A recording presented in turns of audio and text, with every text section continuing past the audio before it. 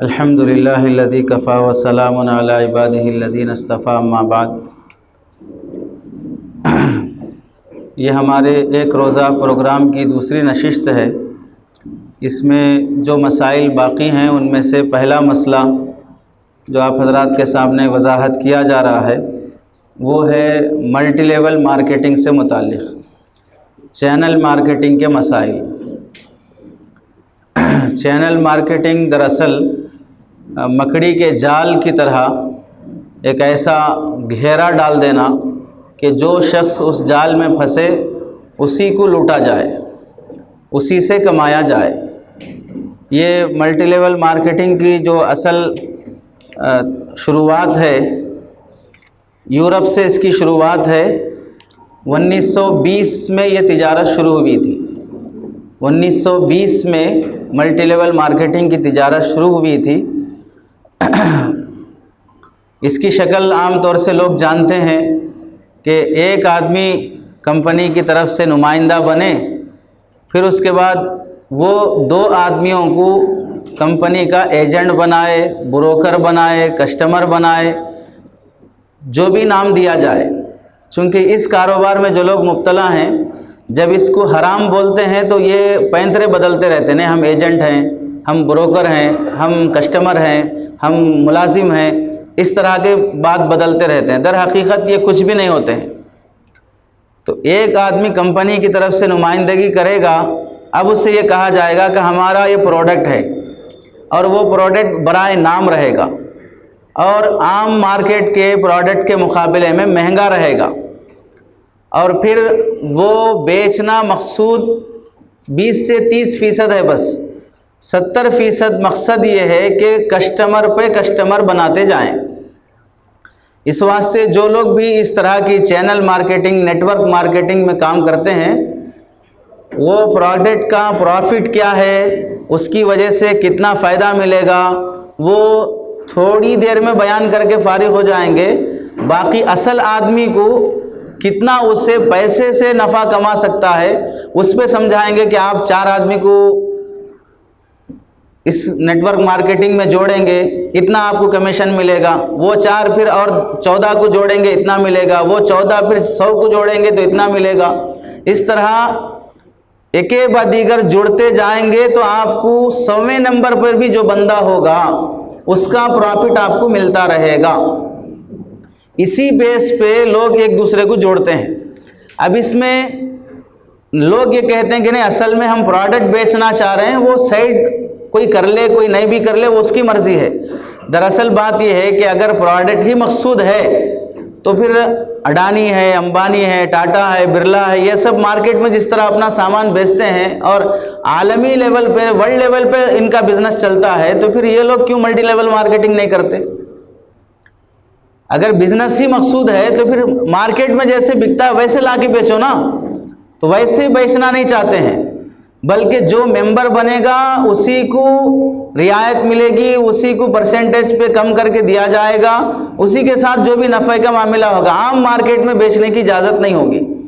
یہ خود بتاتا ہے کہ یہ بزنس کرنا نہیں چاہتے ہیں۔ بزنس کرنا ہے تو جو بھی سامان لوگ مارکیٹ میں لاتے ہیں آپ اپنے ایجنٹ تک ہی محدود رکھنا چاہتے ہیں۔ دوسری بات یہ ہے، مثلا سمجھیے پیسٹ ہے، 160 روپے میں باہر ملتا ہے، اب ان کے پاس 600 روپے میں ایک پیسٹ ملے گا، 700 روپے میں ایک پیسٹ ملے گا۔ کون عام آدمی جو 60 روپے کا پیسٹ چھوڑ کر 600 روپے کا پیسٹ خریدنا کیوں چاہے گا؟ اس واسطے خریدنا چاہے گا کہ وہ 600 روپے کا پیسٹ در حقیقت استعمال کرنا مقصود نہیں ہے، وہ لے گا تو ہی وہ ایجنٹ بنے گا، پھر اس کے بعد وہ دوسرے کو ٹوپی پہنائے گا تو وہ 600 روپے وصول ہو سکتے ہیں۔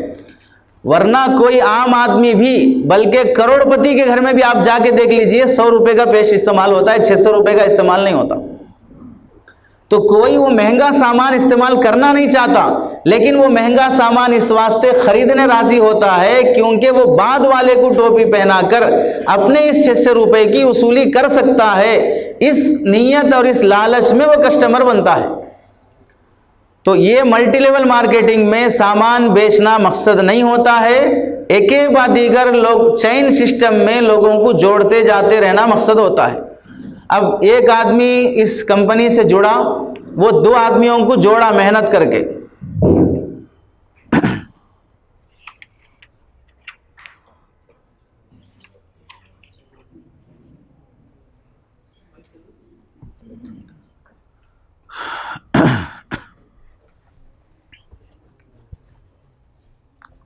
آواز آتی ہے آپ لوگوں کے پاس؟ چلیے ٹھیک. جو کرسیاں خالی ہیں سامنے آ جائیں.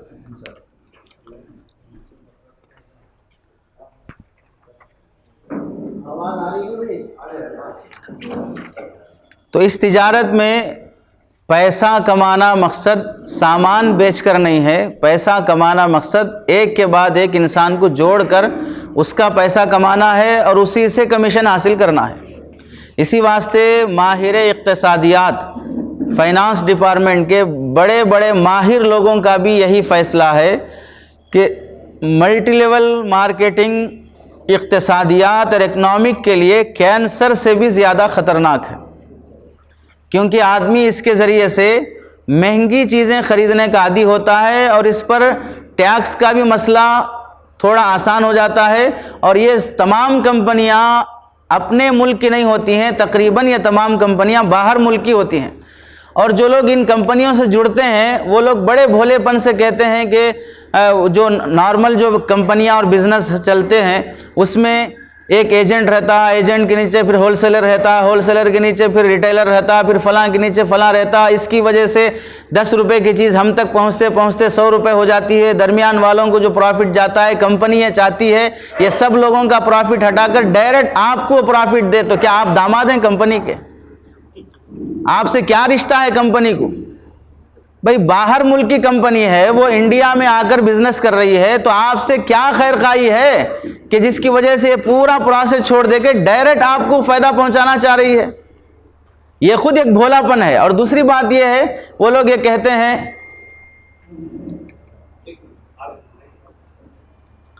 دوسری بات وہ لوگ یہ بھی کہتے ہیں کہ بھئی جو کمپنیاں ہیں وہ ایڈ پر جتنا پیسہ خرچ کرتی ہیں، فلاں ہیرو کا، فلاں ہیروئن کا، اس پر جو پیسہ خرچ ہوتا ہے ان کمپنیوں میں ہم کوئی ایڈ نہیں دیتے، اس واسطے وہ پروفٹ بھی بچا کے ہم کسٹمر کو دینا چاہتے ہیں. اتنا بھولا پن ہے کہ اس میں بھی لیولز ہوتے ہیں. جو شروع میں جڑنے والا ہے، پھر رائلٹی کسی کو حاصل ہوتی، اس سے بعد میں 3 اسٹار کسی کو ملتے، 5 اسٹار کسی کو ملتے. اس طرح کے لیول ہیں. جب آدمی محنت کرتے کرتے ایک لیول پہ پہنچ جاتا ہے تو بیٹھے بیٹھے اسے بھی ماہانہ 10 لاکھ روپے، 5 لاکھ روپے، 2 لاکھ روپے کا چیک آتے رہتا ہے. چنانچہ ویسٹیج کمپنی کا بہت بڑا ایجنٹ، اس کا نام یہاں پر لکھا ہوا بھی ہے، اس کا ملٹی لیول مارکیٹنگ کے نام سے خود کتاب لکھی گئی ہے. اس میں خود وہ کہتا ہے کہ وہ شخص جو ملٹی لیول مارکیٹنگ میں تھا انتقال ہو گیا. انتقال ہو جانے کے بعد ملٹی لیول مارکیٹنگ کی طرف سے اس کی بیوی کو 17 لاکھ کا چیک ملا ہے. تو آپ بتائیے بیوی نے کیا محنت کی ہے؟ 17 لاکھ کہاں سے ملے ہیں؟ اب ایڈ دیتے تو بھی 17 لاکھ ایڈ والے کو دینا پڑتا. اب یہاں پر بیٹھے بیٹھے بیوی کو جو 17 لاکھ کا چیک ملا ہے وہ کہاں سے آیا ہے؟ تو یہ بھی جھوٹی اور دھوکے کی بات ہے کہ ہم ایڈز پر جو خرچ ہونے والا پیسہ ہے وہ بچا کر ہم کسٹمر کو دینا چاہتے ہیں. غلط بات ہے. بلکہ سستی چیز کو مہنگی بنا کر پیش کر کے آنے والے سے ہی وصول کیا جاتا ہے. بعض لوگ یہ کہتے ہیں کہ بھئی اس میں ایجنٹ بنایا جاتا ہے اور بروکری کا کمیشن لیا جاتا ہے. ایجنٹ کسے کہتے ہیں؟ سامان کسی اور کا خریدنا کسی اور کو ہے، بیچنا کسی اور کو ہے. آپ نے درمیان میں دونوں کو ملا دیا ہے، دونوں کا کنیکشن کر دیا آپ نے، اس پر آپ کو کچھ فیصد ملیں گے، اسے کہتے ہیں ایجنٹ. ایجنٹ خود پیسے نہیں لگاتا ہے. ایجنٹ خود پیسے نہیں لگاتا ہے. سامان کسی اور کا، بیچنا کسی اور کو ہے، خریدنا کسی اور کو ہے. یہ رہبری کرنے پر پیسے لیتا ہے، اسے ایجنٹ کہتے ہیں. اب ملٹی لیول مارکیٹنگ سے جڑنے والوں کو لوگ کیا کہتے ہیں؟ ایجنٹ کہتے ہیں. بھئی ایجنٹ ہے تو پھر اسے کیوں کسٹمر بنایا جا رہا ہے؟ ایجنٹ سے ہی کہتے ہیں کہ بھئی آپ اتنے 1000 روپے دے کر یہ سامان خریدو. سامان خریدنے کے بعد پھر یہ سامان کا خریداری کے لیے آپ دوسرے کو تشکیل کرو، آپ کو اتنا کمیشن ملے گا. تو یہ شخص پہلے ایجنٹ ہوا یا پہلے کسٹمر ہوا؟ کسٹمر ہوا نا. تو کسٹمر کو ہی ایجنٹ بنایا جا رہا ہے، ایجنٹ کو ہی کسٹمر بنایا جا رہا ہے. یعنی پوری کھچڑی بنا دی جا رہی، نہ کہ وہ ایجنٹ ہے، نہ کسٹمر ہے، نہ بروکر ہے، کچھ نہیں ہے. تو ایجنٹ بھی نہیں ہو سکتا ہے کہ وہ اس کا کمیشن لے. اور بعض حضرات یہ کہتے ہیں کہ نہیں ہم کمپنی میں محنت کرتے ہیں کام کرتے ہیں تو کمپنی ہمیں خوشی سے انعام دیتی ہے. وہ جو کمیشن ملتا ہے کہ ایک نے 10 کو جوڑا, 10 نے 100 کو جوڑا, 100 نے 1000 کو جوڑا, تو 100ویں نمبر پہ 1000ویں نمبر پہ جو شخص ہوتا ہے اس کا بھی کمیشن یہ پہلے نمبر والے کو ملے گا. تو ہم لوگ یہ کہتے ہیں کہ بھئی ایک آدمی 4 آدمیوں پہ محنت کیا, 4 کو اپنے نیچے جوڑا ہے, تو ان 4 کا کمیشن ملنا تو سمجھ میں آتا ہے کہ 4 پہ آپ کی محنت ہوئی ہے. ان 4 نے 14 کو جوڑا, وہ 14 نے 1400 کو جوڑا, 1400 نمبر پہ جو شخص ہے اس کا بھی آپ کو کمیشن آ رہا ہے, تو آپ نے وہاں کیا محنت کی ہے, اس کا کمیشن کیوں ملے گا آپ کو؟ تو ظاہر سی بات ہے ہر شخص نے بعد والے کو جھوٹ بول کر اس سے جوڑا ہے, اور اسی نیت سے جوڑا ہے کہ میں اس کا پیسہ اس کو جوڑنے سے وصول کر لوں گا, اس کا پیسہ اس کو جوڑنے سے وصول ہو جائے گا. اس واسطے جتنی ملٹی لیول کمپنیاں ہیں وہ سب کی سب حکومت کی نظر میں آنے سے پہلے لوٹ لیتی ہیں. لوٹ جانے کے بعد جب کبھی سرکاری عہدے پہ بیٹھا ہوا شخص بھی لوٹ جاتا ہے, یا جتنا اسے انکم ٹیکس دینا ہے کمپنی کو وہ نہیں دیا جاتا ہے, تب چھاپا پڑتا ہے. اس سے پہلے ہزاروں لوگ لوٹ چکے ہوتے ہیں ملٹی لیول کے نام سے. چنانچہ یہاں 3 کمپنیوں کے حوالے سے لکھا گیا ہے, on line multi level marketing کے نام پر 4061 کروڑ 52,000 روپے کا گھوٹالہ ہوا ہے تلنگانہ میں. 4000 کروڑ کا ملٹی لیول مارکیٹنگ, اس کے ساتھ اس کو جوڑو, اس کے ساتھ اس کو جوڑو. اور ایک کمپنی ہے ملٹی لیول مارکیٹنگ کی راجستھان میں 100 کروڑ روپے کا دھوکہ دیا ہے. اور ایک کمپنی ہے شہر حیدرآباد ہی کی 1000 کروڑ روپے کا دھوکہ دیا ہے. اس کمپنی نے بعد والوں کو, اس کے بعد والوں کو یہ ملتا. زمینات میں بھی ملٹی لیول مارکیٹنگ کا, چینل مارکیٹنگ کا بزنس کیا جاتا ہے. بعض لوگ یہ کہتے ہیں کہ ملٹی لیول مارکیٹنگ میں جڑنے کے بعد جو کمیشن ملتا ہے, جب ہم بولتے کہ بھئی آپ 10 پہ محنت کریں 10 کا کمیشن ٹھیک ہے, 100ویں نمبر پہ جو جڑ رہا ہے اس کا کمیشن آپ کے لیے کیوں حلال ہوگا؟ تو بعض لوگ یہ کہتے ہیں کہ جیسے ثواب جاریہ ہے, کہ آپ نے کسی کو پڑھایا, وہ شاگرد نے 10 شاگردوں کو پڑھایا, اس 10 شاگردوں نے پھر 100 شاگردوں کو پڑھایا, تو 100ویں شاگرد کا ثواب بھی پہلے استاذ کو پہنچتا رہے گا. جیسے ثواب جاریہ ہے ویسے یہ سیلری جاریہ ہے, وظیفۃ الجاریہ, یعنی یہ ملنے والا وظیفہ ہے. یہ حماقت ہے اس طرح کی بات کرنا. در حقیقت دیکھیے شاید بے ادبی ہو جائے گی, ایسے دلائل سمجھانے والے بھی عوام نہیں ہوتے ہیں, اہل علم ہوتے ہیں. کہ یہ یعنی شیطانی قیاس کرنا, جب شریعت اس کو حرام بول رہی ہے پھر اس کو اس دلیل سے جائز کرنے کی شکل, اور یہ دلیل بھی بوکس دلیل ہے. وجہ یہ ہے ثواب پر سیلری کو قیاس کرنا شرعاً درست نہیں ہے, اس واسطے کہ ثواب کا مسئلہ خود خلاف قیاس ہے. خلاف قیاس کا مطلب کیا ہے؟ قیاس کرنے کے لیے بنیادی شرط 5 شرطیں ہیں, ان میں سے بنیادی شرط یہ ہے جس چیز پر ہم قیاس کر کے مسئلہ بتاتے ہیں وہ خود خلاف قیاس نہیں ہونا چاہیے. اور ثواب میں یہ ہے کہ عدل یہ ہے, ایک نیکی کو ایک ہی نیکی دینا, یہ عدل ہے, حضرت تھانوی نے لکھا ہے. اور فضل یہ ہے ایک نیکی کرو گے تو اللہ 10 سے لے کر 700 تک جو بڑھا کے دے رہے ہیں, یہ اللہ کا فضل ہے. فضل الگ چیز ہے, عدل الگ چیز ہے. فضل جو چیز ہوتی ہے وہ خلاف قیاس ہوتی ہے. ایک نیکی کرو گے تو 1 ثواب ملے گا, لیکن آپ کو 10 گنا ثواب جو دیا جا رہا ہے وہ خلاف قیاس ہے, اور خلاف قیاس چیزوں پر قیاس کرنا جائز نہیں ہوتا. اور دوسری بات, اللہ کے نزدیک کیفیت کا اعتبار ہوتا ہے, کمیت کا اعتبار نہیں ہوتا. اور کمپنی میں کمیت کا اعتبار ہوتا ہے, کیفیت کا اعتبار نہیں ہوتا. کیا مطلب؟ اگر کوئی محنت کرنے والا دن بھر بلکہ 6 مہینے محنت کر کے ایک آدمی کو بھی نہیں جوڑا, کمیشن ملے گا؟ نہیں ملے گا.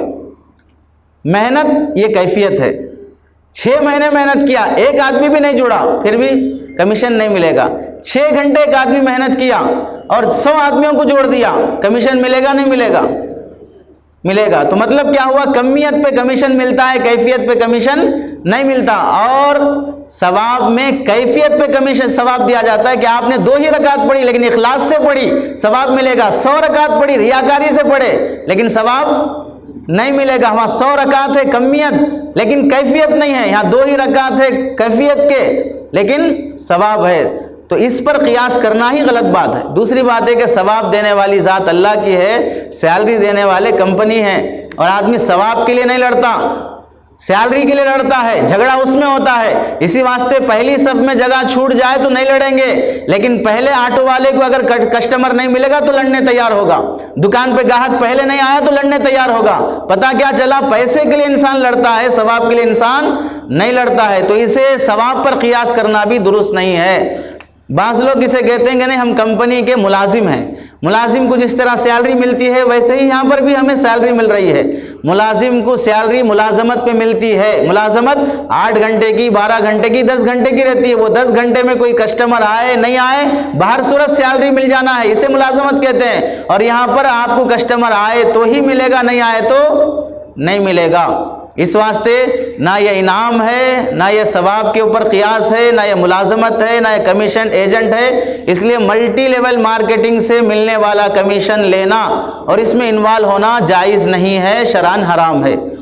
کتنی کمپنیاں ہمارے سماج میں پائی جاتی ہیں جو ملٹی لیول مارکیٹنگ کے نام سے ہیں، اور پھر لوگ اس پر عمل بھی کرتے ہیں اور اس میں انوالو بھی ہوتے ہیں۔ اب اس میں دیکھیے بہت سے لوگ جو اس میں مبتلا ہوتے ہیں فتوے اپنے ساتھ رکھتے ہیں بعض علماء اکرام کے۔ یہ کتاب آپ حضرات مطالعہ کیجئے، اس میں عرب علماء کے فتاویٰ، پاکستانی علماء کے فتاویٰ، ہندوستانی علماء کے دارالعلوم دیوبند، مظاہر العلوم، ندوۃ العلماء، اشاعت العلوم عقل کوہ، دارالعلوم کراچی، فقہ اکیڈمی ہندوستان، فقہ اکیڈمی پاکستان، دارالعلوم دیوبند، مظاہر العلوم سہارنپور، ندوۃ العلماء، امارت شرعیہ، اشاعت العلوم عقل کوہ اور حیدرآباد کا معہد، یہ تمام دارالافتاء اور مفتیان اکرام، فقہ اکیڈمی جہاں پر آیا ہے وہاں پر پورے ہندوستان کے علماء جڑتے ہیں۔ فقہ اکیڈمی ہندوستان کا، فقہ اکیڈمی پاکستان کا، فقہ اکیڈمی جدہ کا، ان سب کے فتاویٰ ہیں کہ multi level marketing, network marketing business جائز نہیں ہے۔ اب اس کے بعد بھی کوئی آدمی فلاں مفتی صاحب کا فتویٰ ہے، فلاں مفتی صاحب اس میں بزنس کر رہے ہیں، فلاں مولانا صاحب یہ بزنس کر رہے ہیں، یہ سب جھوٹ اور دھوکہ ہے۔ اور اہل علم حضرات کو بھی اس مسئلے میں غلط نمائندگی سے بچنا چاہیے۔ بعد میں آدمی دھوکہ اور گھاٹا ہونے کے بعد الزام ہمیں ہی دیتا ہے اور ہم سے ہی رابطہ ختم کر لیتا ہے۔ ایسی کمپنیاں جیسے ایم وے کمپنی ہے، FIC کمپنی ہے، مودی کیئر ہے، گولڈ مائن انٹرنیشنل کمپنی ہے، جیونا کمپنی ہے، ہربل لائف ہے، اور اسپیک ایشیا کمپنی ہے، وسٹا ٹائٹل کمپنی ہے، سیف شاپ ہے، روز فار یو ہے، بی فار یو ہے، اور اورین مال کمپنی ہے، RCM ہے، ویسٹیج کمپنی ہے۔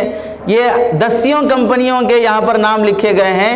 تقریباً 150 ممالک میں ایسے کمپنیاں چلتی ہیں جو ملٹی لیول مارکیٹنگ کی ہیں، اور سب فراڈ اور دھوکہ رہتا ہے۔ اس کے سامان خریدنا اور کسٹمر پہ کسٹمر بناتے جانا اور اس کا کمیشن حاصل کرنا شرعاً جائز نہیں ہے۔ ایک مسئلہ پورا ہوا۔ دوسرا مسئلہ یہ ہے کہ ہم لوگ جو بینک سے اکاؤنٹ کھلواتے ہیں، بینک سے ہمارا جو تعلق ہے وہ 4 طرح کا ہے۔ ایک ہے سیونگ اکاؤنٹ، دوسرا ہے کرنٹ اکاؤنٹ، تیسرا ہے فکسڈ ڈپازٹ، چوتھا ہے لاکرز۔ یہ 4 معاملات عام طور سے بینک کے ہوتے ہیں۔ ان 4 معاملات میں سے کون سا معاملہ جائز ہے، کون سا ناجائز ہے، یہ ہمارا دوسرا موضوع ہے۔ اس میں خلاصہ یہ ہے کہ آپ حضرات میں سے کون کون حضرات کے پاس سیونگ اکاؤنٹ ہے، تھوڑا ہاتھ اٹھا دیں۔ سب حضرات کے پاس ہے، ماشاءاللہ۔ سیونگ اکاؤنٹ سب حضرات کے پاس ہے۔ کرنٹ اکاؤنٹ کس کس کا ہے؟ کم لوگ ہیں۔ اب اس کی تفصیل سن لیجئے، اس کے بعد آپ خود فیصلہ کر سکتے ہیں کہ سیونگ اکاؤنٹ جائز ہے یا ناجائز ہے۔ سیونگ اکاؤنٹ میں ہوتا کیا ہے کہ آپ اپنا آدھار کارڈ، کرنٹ بل وغیرہ دے کر اپنا اکاؤنٹ کھلوائیں گے۔ کھلوانے کے بعد بینک کی طرف سے شرائط رہتے ہیں، اور شرائط یہ رہتے ہیں کہ بھئی آپ اتنی لمٹ تک اس میں اماؤنٹ رکھ سکتے ہیں، نکلوانا ہو تو ایک دن میں 40,000 بعض بینکوں کا ہے، ایک دن میں 70,000 بعض بینکوں کا ہے، اس سے زیادہ آپ نکال نہیں سکتے۔ اس سے زیادہ نکالنا ہے تو پھر آپ چیک بک لے جا کر بینک سے براہ راست نکالنا ہو تو پھر اس کی گنجائش رہتی ہے۔ اور اس کے ساتھ یہ بھی رہتا ہے کہ سیونگ اکاؤنٹ والا بینک کی طرف سے 3 مہینے میں، 2 مہینے میں، 6 مہینے میں ایک مرتبہ جو ڈپازٹ اس کا رہتا ہے اس کے اکاؤنٹ میں۔ اور عام طور سے لوگوں کا مزاج یہ ہے کہ پہلے زمانے میں لوگ جو جاہل شمار ہوتے تھے آج کے ایجوکیٹڈ لوگوں سے پھر بھی وہ لوگ بہتر تھے، اس واسطے کہ اسلام یہ کہتا ہے کہ اپنا پیسہ اپنے پاس رکھو۔ لیکن ہم لوگوں نے اپنا پیسہ اپنے پاس رکھنے کو خطرہ سمجھا۔ خطرہ کس سے ہے؟ چوروں سے ہے۔ چور کہاں سے آتے ہیں؟ ہم میں سے ہی ہوتے ہیں، ہمارے شہر کے ہوتے ہیں۔ بھئی بیلگام میں چوری کرنے کے لیے حیدرآباد سے تو نہیں آتے نا کوئی بھی، یہیں سے ہوتے ہیں۔ ہمیں اپنے ہی لوگوں سے خطرہ ہے، اس واسطے اپنا پیسہ اپنے پاس رکھنے کے بجائے ایک ہوا کھڑا کی گئی کہ آپ کے پاس رہے گا تو چوری ہو جائے گا، اس واسطے ہم آپ کے خیر خواہ ہیں، ہمارے پاس لا کر آپ پیسہ جمع کیجیے۔ تو عام طور سے جب اکاؤنٹ کھلوایا جاتا ہے تو آدمی استعمال کم کرتا ہے پیسے اور زیادہ اپنے اکاؤنٹ میں رکھتا ہے۔ آپ بھی بتائیے، آپ کے جیب میں پیسے زیادہ ہیں، آپ کے اکاؤنٹ میں پیسے زیادہ ہیں؟ اکاؤنٹ میں زیادہ ہیں، تو آدمی نکالتا وڈرا کم کرتا ہے لیکن رکھتا زیادہ ہے۔ تو سیونگ اکاؤنٹ میں ہمارے جو پیسے رہتے ہیں، بینک کا اصول یہ ہے سیونگ اکاؤنٹ والوں کو ہر 3 مہینے 6 مہینے میں اس پر انٹرسٹ آئے گا، اس پر انٹرسٹ آتا ہے۔ اور ہمارا وہ جو فارم ہم فل اپ کرتے ہیں 5-6 صفحات کا پڑھے بغیر، اس میں یہ بھی شرط داخل رہتی ہے کہ آپ کے اکاؤنٹ میں آپ چاہو نہ چاہو، لو نہ لو، بہر صورت آپ اس معاملے پہ دستخط کرتے ہیں کہ ہمارے اکاؤنٹ میں جو انٹرسٹ آتا ہے وہ ہمارا ہے، اس پہ آپ دستخط کرتے ہیں۔ اور ہر 3-6 مہینے میں 40 روپے 50 روپے 100 روپے جیسے ٹرانزیکشن ہوگا ویسے آپ کے اکاؤنٹ میں انٹرسٹ آئے گا۔ اور شریعت میں یہ اصول ہے، جیسے سود میں سودی معاملہ کرنا، سود میں مبتلا ہونا جیسے جائز نہیں ہے، ویسے سودی معاملہ کرنا بھی جائز نہیں ہے۔ یعنی ایک ہے 100 روپے دے کے 110 روپے لینا، یہ کیا ہوا؟ سودی معاملہ ہوا۔ دوسرا ہے صرف اتنی بات پہ راضی ہو جانا کہ میں آپ کو 100 روپے دے رہا ہوں، آپ میرے کو پلٹا کر 110 روپے دینا، اتنی بات ہوئی۔ ابھی ہم 100 روپے دیے نہیں، وہ ہم کو بڑھا کے دیا نہیں، آمنے سامنے والے اس پہ راضی ہو گئے۔ شریعت کہتی یہ بھی ناجائز اور حرام ہے۔ بھئی لیے بھی نہیں دیے بھی نہیں، پھر بھی حرام کیوں؟ حرام اس واسطے ہے کہ جس طرح سود لینا دینا حرام ہے، سودی معاملے پہ راضی ہونا بھی حرام ہے۔ تو اب سیونگ اکاؤنٹ میں جب ہم دستخط کرتے ہیں تو اس میں بنیادی بات یہ رہتی ہے کہ جو انٹرسٹ آئے گا آپ اسے لیں گے۔ اب ہمارا 10 سال سے سیونگ اکاؤنٹ ہے، ہر 3-6 مہینے میں 40 50 10 20 روپے آ رہے ہیں اور ہم اسے استعمال کرتے جا رہے ہیں، اور وہ ہمارا سود ہے جو ہمارے کھاتے میں آیا ہے، اور یہ استعمال کرنا شرعاً جائز ہے یا ناجائز ہے؟ ناجائز ہے۔ تو جب وہ ناجائز ہے تو پھر یہ سیونگ اکاؤنٹ کھلوانا ناجائز ہوا نا۔ تو سیونگ اکاؤنٹ کھلوانے کا شرعی حکم کیا ہوا؟ ناجائز ہوا۔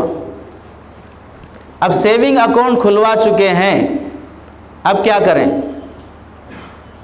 چھوٹے بچے کو کیا بولتے ہیں اگر اس کی جیب کھلی ہے تو؟ بند کر لو بولتے، شرم جا رہی، عزت جا رہی، بند کر لو بولتے۔ سیونگ اکاؤنٹ کھول لیے، حرام آ رہا ہے، بند کر لو بولتے۔ تو سیونگ اکاؤنٹ کھول لیے ہیں تو اسے کیا کریں گے؟ بند کر دیا جائے گا، اسے کرنٹ اکاؤنٹ بنا لیا جائے گا۔ اور اگر کوئی ایسا مجبور شخص ہے جو کمپنی میں کام کرتا ہے اور کمپنی اپنے ہولڈرز کو، جتنے اس کے ورکرز ہیں، ان کے لیے سیونگ اکاؤنٹ ہی کھلواتی ہے، بعض کمپنیاں ہیں وہاں پر سیلری ان کے اکاؤنٹ سے ہی دی جائے گی اور نیو اکاؤنٹ سے ہی دی جائے گی، پرانے اکاؤنٹ میں آپ کے نہیں آئیں گے۔ مجبوری کی صورت میں سیونگ اکاؤنٹ کھلوانے کی اجازت رہے گی۔ عام آدمی کو سیونگ اکاؤنٹ کھلوانا ہو تو پہلی شرط یہ ہے کہ آپ کرنٹ اکاؤنٹ کھلوانے کے اہل نہیں ہیں۔ یعنی کرنٹ اکاؤنٹ کے لیے بعض اکاؤنٹ میں یہ ہے کہ 10,000 منیمم اکاؤنٹ بیلنس رہنا پڑتا ہے، بعض کم بینکوں کی طرف سے 25,000 منیمم بیلنس رہنا پڑتا ہے۔ بھئی ہمارے پاس منیمم بیلنس رکھنے کے لیے ہے ہی نہیں 32,000 روپے ہم رکھ سکیں، تو پہلی شرط یہ ہے کہ آپ کرنٹ اکاؤنٹ نہیں کھلوا سکتے. دوسری شرط یہ ہے کہ آپ سیونگ اکاؤنٹ کھلوانے پر قانونی طور پہ یا کمپنی کے لحاظ سے آپ مجبور ہیں. دوسری شرط. تیسری شرط یہ ہے سیونگ اکاؤنٹ کھلوانے کے بعد ہر 3-6 مہینے میں آپ اپنا ٹرانزیکشن چیک کر کے اس میں 10, 20, 40, 100 روپے جو آ رہے ہیں بنیت صدقہ وہ انٹرسٹ کی رقم آپ کے اکاؤنٹ میں آنے کے بعد وہاں لیسٹ میں دکھنے کے بعد پھر آپ اسے صدقہ کرتے ہوں اہتمام سے تو پھر آپ کے لیے سیونگ اکاؤنٹ کھلوانا جائز ہوگا. اور کتنے بندے ایسے ہیں جو ہر 6 مہینے میں اپنا اکاؤنٹ چیک کر کے جتنا اس میں انٹرسٹ آ رہا ہے وہ ہر 3-6 مہینے میں صدقہ کر رہے ہوں. جب نہیں کرتے ہیں تو پھر اس میں سیونگ اکاؤنٹ رکھنے کی اجازت کیسے رہے گی؟ تو پہلا مسئلہ معلوم ہوا سیونگ اکاؤنٹ بنیادی طور پہ جائز نہیں ہے. جائز 3 شرطوں کے ساتھ ہے اور ہمارے لیے وہ 3 شرطیں قابو میں آتی ہیں تو پھر اجازت ہے. قابو میں نہیں آتے نہیں ہم کھول لیں گے صدقہ دے لیں گے فلاں کر لیں گے. صدقہ دینے میں یہ بات بھی شرط ہے کہ آپ کے اکاؤنٹ میں کتنا آیا وہ آپ کو معلوم ہونا, آپ کے اکاؤنٹ میں دکھانا تو ہی وہ صدقہ درست ہوگا, یعنی وہ انٹرسٹ کی رقم شمار ہوگی. آپ نہ دیکھتے ہیں نہ چیک کرتے ہیں 3 مہینے میں اتنا آتا ہوگا اس لیے میں صدقہ دے رہا ہوں, یہ شرعاً درست نہیں ہوگا. اندازے سے نکال دینا جس طرح زکوٰۃ درست نہیں ہوتی ایسے یہاں بھی اندازہ درست نہیں ہوگا. یہ ہوا سیونگ اکاؤنٹ کے بارے میں. دوسری چیز ہے fix current account. Current account شرعاً جائز ہے اس واسطے کہ وہاں آپ 10-20 ہزار منیمم بیلنس رکھ کے اکاؤنٹ کھلواتے ہیں اور اس میں آپ کے لیے لمٹ رہتی ہے. 1 لاکھ روپے بھی روزانہ نکال سکتے ہیں, 2 لاکھ بھی نکال سکتے ہیں. ہر بینک کے حساب سے الگ مسئلہ رہتا ہے. البتہ بینک کی طرف سے آپ کو کوئی انٹرسٹ نہیں دیا جاتا بلکہ الٹا آپ کو چارج دینا پڑتا ہے.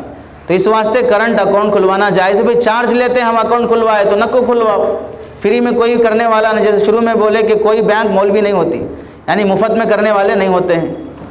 تو پھر کرنٹ اکاؤنٹ کی اجازت ہوئی. تیسرا مسئلہ ہے فکس ڈپازٹ.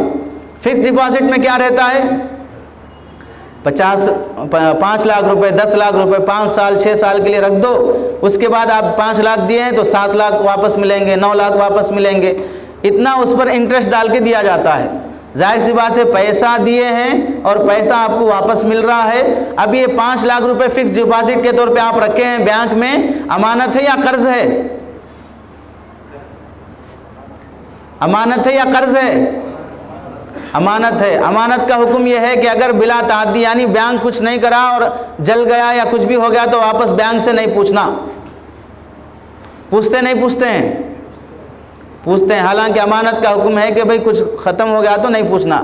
پھر یہ امانت ہوا یا قرض ہوا؟ قرض ہوا. بینک کو 5 لاکھ روپے فکس ڈپازٹ کرنا کا مطلب ہے کہ آپ نے بینک کو 5 لاکھ روپے بطور قرض دیے ہیں اور قرض دینے کے بعد 5 لاکھ روپے واپس آپ کو کتنا مل رہا ہے 7 لاکھ روپے مل رہے ہیں. 5 لاکھ روپے دے کے 7 لاکھ روپے لینا یہ کاروبار سودی کاروبار ہے. تو فکس ڈپازٹ کرنا جائز نہیں ہے. چوتھا مسئلہ ہوا لاکرز کا. لاکرز میں تو اپنے سونے کی یا اپنی کسی بھی سامان کی حفاظت کے لیے لاکر خریدنا پڑتا ہے, کرائے پہ لینا پڑتا ہے اور آپ کو پیسہ دینے کے بعد آپ کو وہ لاکر دیا جائے گا. ظاہر سی بات ہے کرائے پہ آپ گاڑی لیتے ہیں, آٹو لیتے ہیں, فلاں لیتے ہیں تو بینک کا لاکر بھی آپ لیے ہیں, شرعاً اس میں کوئی حرج نہیں ہے اور گنجائش ہے. یہ بینک کے اکاؤنٹ سے متعلق بات تھی. اس میں کچھ پوچھنا ہے کسی ساتھی کو؟ ملٹی لیول مارکیٹنگ میں یا بینک اکاؤنٹ سے متعلق؟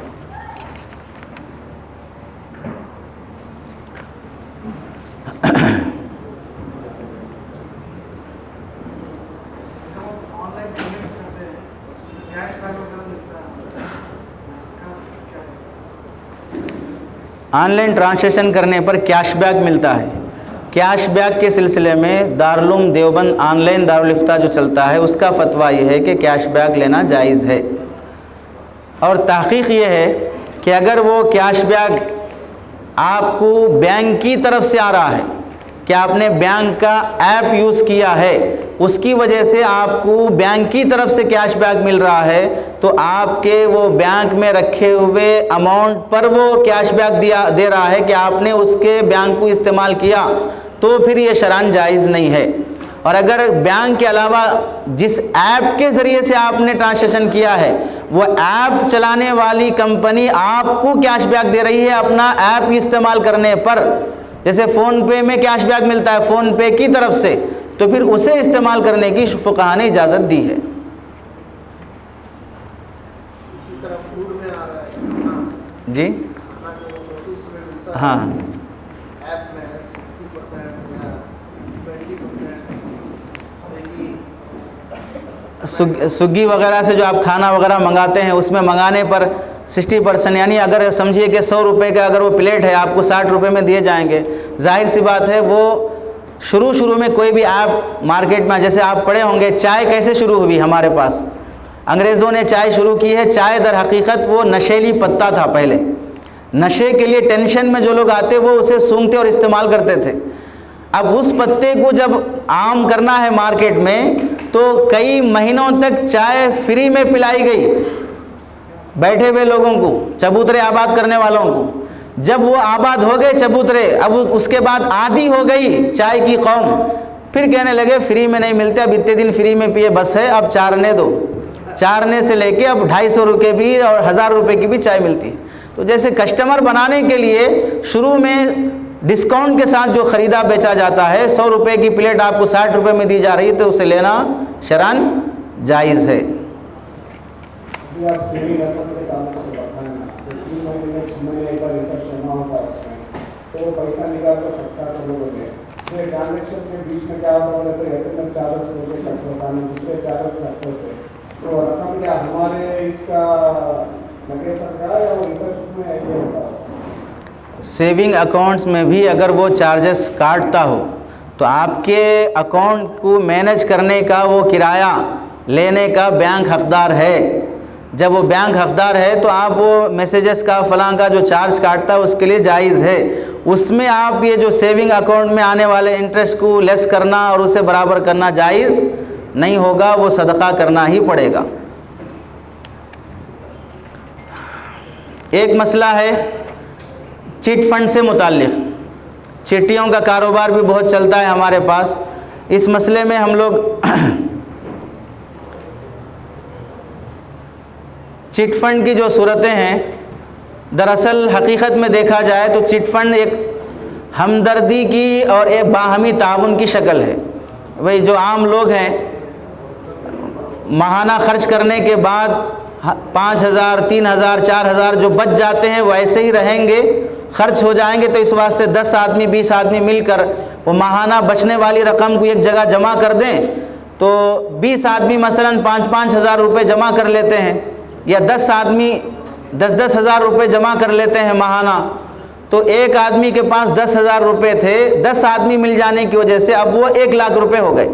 اب وہ 1 لاکھ روپے 10 آدمیوں میں سے کسی ایک آدمی کو دے دیے تو اس کا 1 لاکھ کا کام بن جائے گا۔ اس لیے دراصل وہ چٹ فنڈ باہمی تعاون کی شکل ہے۔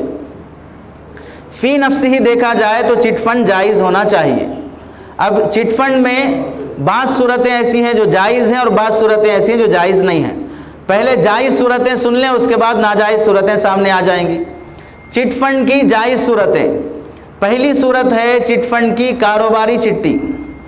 کاروباری چٹی کسے کہتے ہیں کہ چٹی چلانے والے جو 10 لوگ 20 لوگ رہتے ہیں، ان میں ایک لیڈر رہتا ہے جو چٹیوں کا کاروبار کرتا ہے، یعنی یہ نظام چلاتا ہے، وہ پہلی چٹی لے لیتا ہے، وہ بھی ماہانہ پیسے جمع کرتا رہے گا، البتہ پہلی چٹی وہ شخص لے لے گا، اس کے بعد سے جو ہر مہینہ چٹی اٹھائیں گے خرے کے ذریعے سے جس کا نام آئے گا اسے وہ چٹی دی جائے گی۔ اس چٹی میں کسی کا کوئی فائدہ نہیں ہوتا، یعنی اگر وہ 1 لاکھ روپے کی چٹی ہے تو ہر بندے کو لاکھ روپے ہی ملیں گے، بس یہ ہے کہ چلانے والے کو پہلی چٹی ملے گی، باقی لوگوں کو ترتیب سے ملے گی۔